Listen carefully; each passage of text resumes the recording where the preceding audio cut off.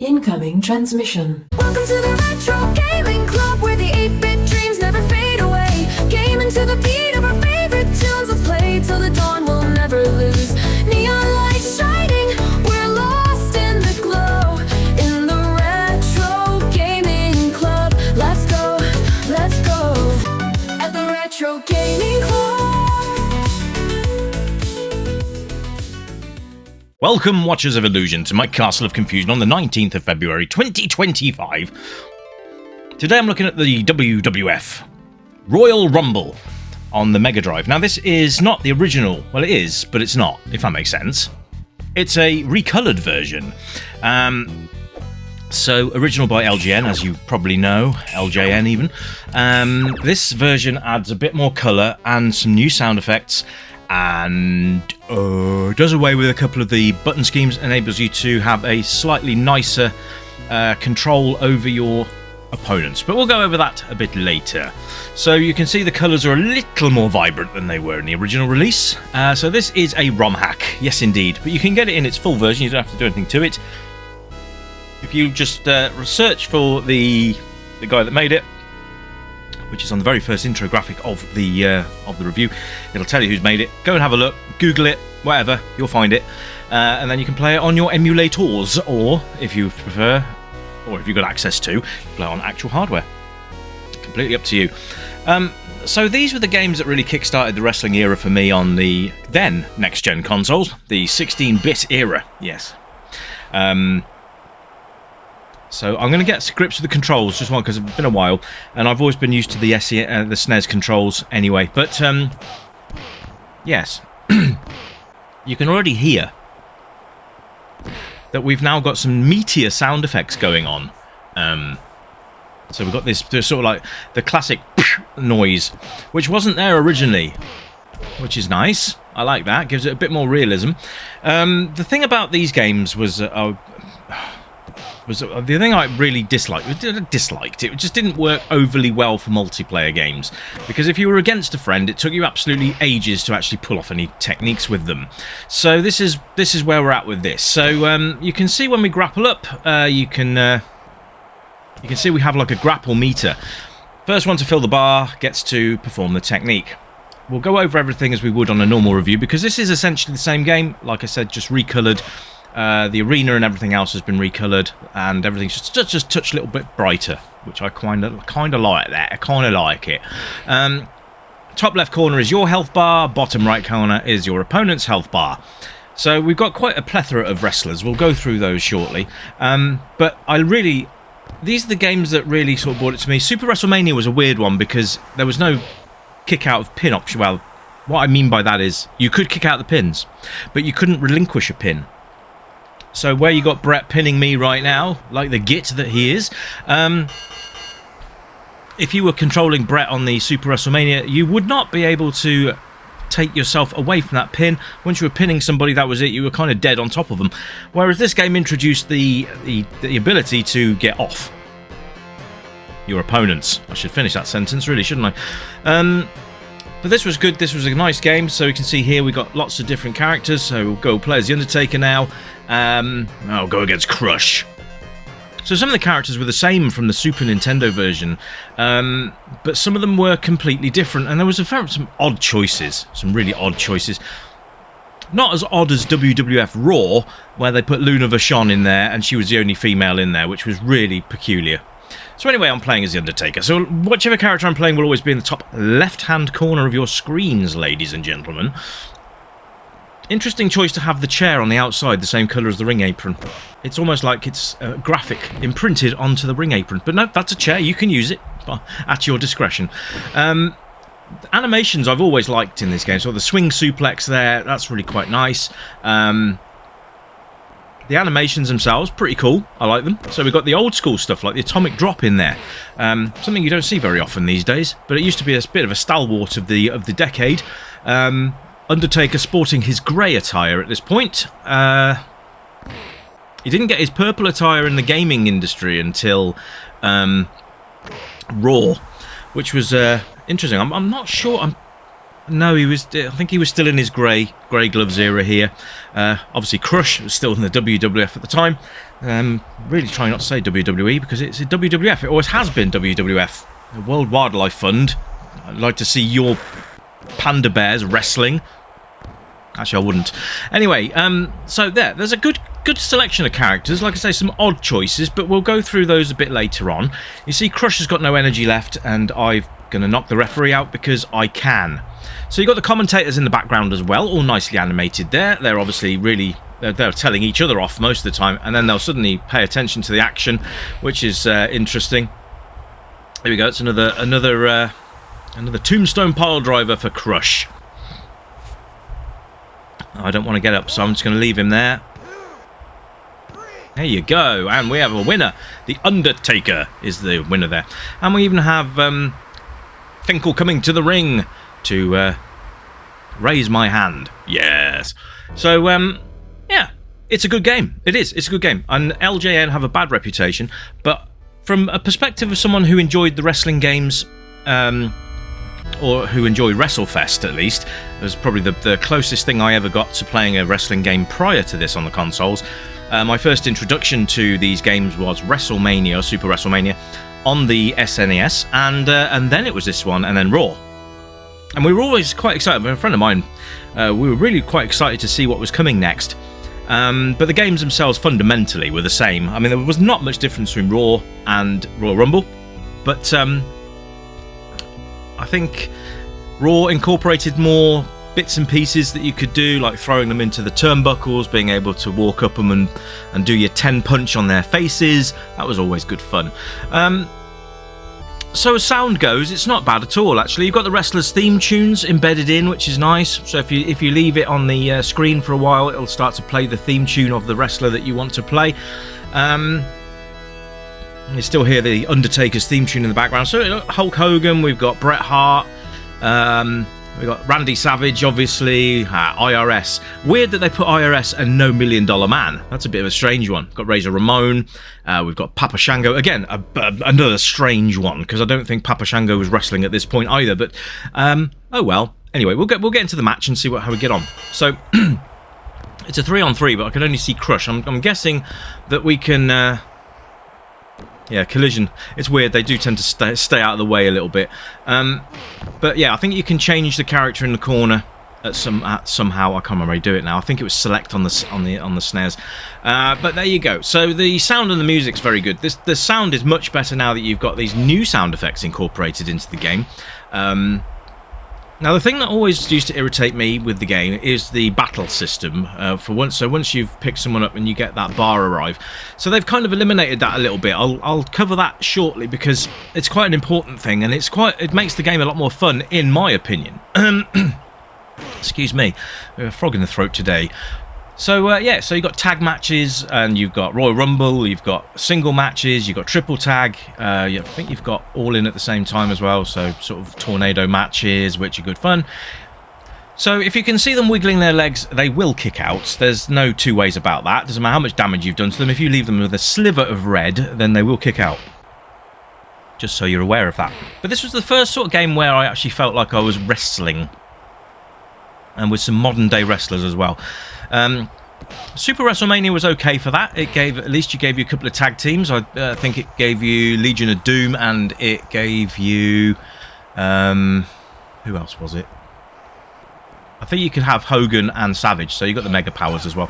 But they were never sort of classified as that. So if you chose them as a tag team, it wouldn't recognise they were. Same with this game. If you've got two people that have tagged, it won't recognise it. It'll just say that they are individual. Other than that, it's a great game and enjoyable, and you can easily see who the wrestlers is meant to be as well. Even if you don't read their names, you can sort of tell on the screen instantly that is IRS, and that is Crush doing his Coconut Crush, or the Kona Crush, whichever one you want to talk, which one you want to say he did. Razor now doing the Razor's Edge. There you go. So all the finishes are intact, which is great. I think the SNES had Shawn Michaels. The Mega Drive doesn't have Shawn Michaels. But they never put his super kick in. Even with Raw, it was still that weird suplex. Not quite sure why they did that. Actually, watching back, I don't know if you guys know, but WWF is now on Netflix.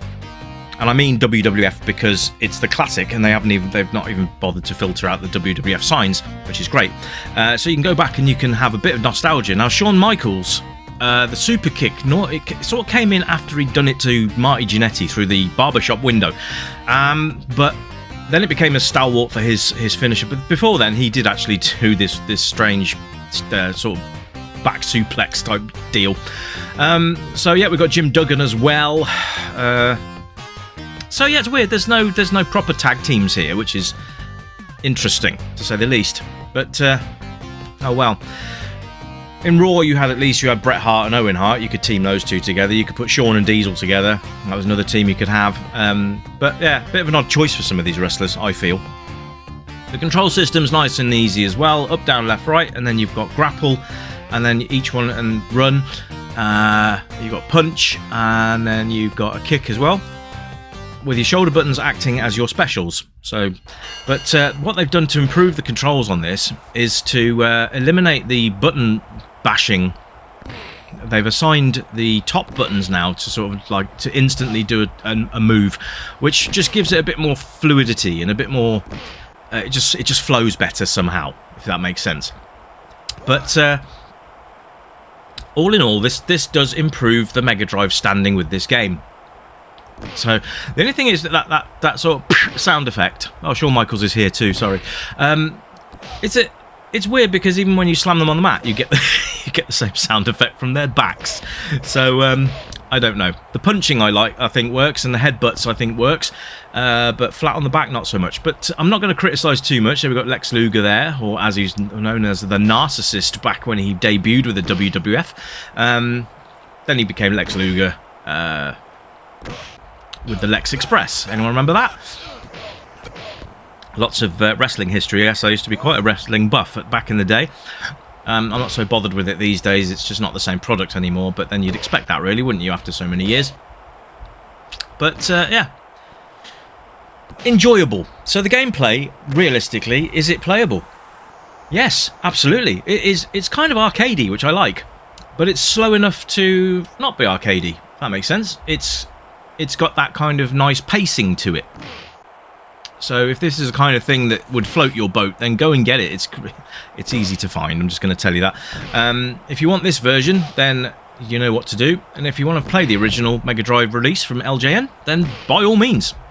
And then you can compare them if you like. But never seen Hogan do a leg drop in my... no, leg drop. I've seen him do plenty of those. Never seen him do a drop kick, which is interesting, really, isn't it? I do like the fact they've all got the same body types as well, which is strange. Yokozuna broke the mold a little bit in Raw, but that's fine. But yeah, all in all, this is a playable game. It's a lot of fun, and even better when you've got friends and a second controller plugged in. Do some tag matches, it's great fun. But has it moved on much from WrestleMania? Not really. It's got the option to kick out. There's a few more control options, such as being able to do high body drops and things like that from when they're on the ground. But realistically, it's the same game, but it's just got a few more features, which obviously is no bad thing. But they didn't really progress it graphically. It's still pretty much the same as it was. But I just got out of the ring for no reason whatsoever. That's what I wanted to do. Tag old Brett in, there you go. So replay value's definitely there. You can make some fantasy matches, or matches that you never thought you'd see in the WWF at the time. So Hulk Hogan versus Papa Shango, I don't think that ever happened, so you can have a go at that one. But the world is your oyster, so give it a go and see what you think. But if you had this game in the day, the original, let me know in the comments, and let me know what your thoughts are on this recolor, and be great to hear from you. I'm always open to comments on my page, so thanks very much for those of you that do, and really appreciate each and every one of you. That's all right. I'm trying to change the guy on the apron now. I can't seem to change him over. Never mind. But that about concludes today's review, ladies and gentlemen. I hope you've enjoyed it. I'm going to let this play for a few more minutes, and I'm going to stick a rumble in for you so that you can check that out without me waffling over the top, so you get a true representation of the new sound effects and everything else that come with the game. But until tomorrow, my friends, or I'll bring you something else to look at, and enjoy the rest of your evening. I'll be back tomorrow. Until then, you keep it retro, and as usual, it's bye for now. Bye-bye!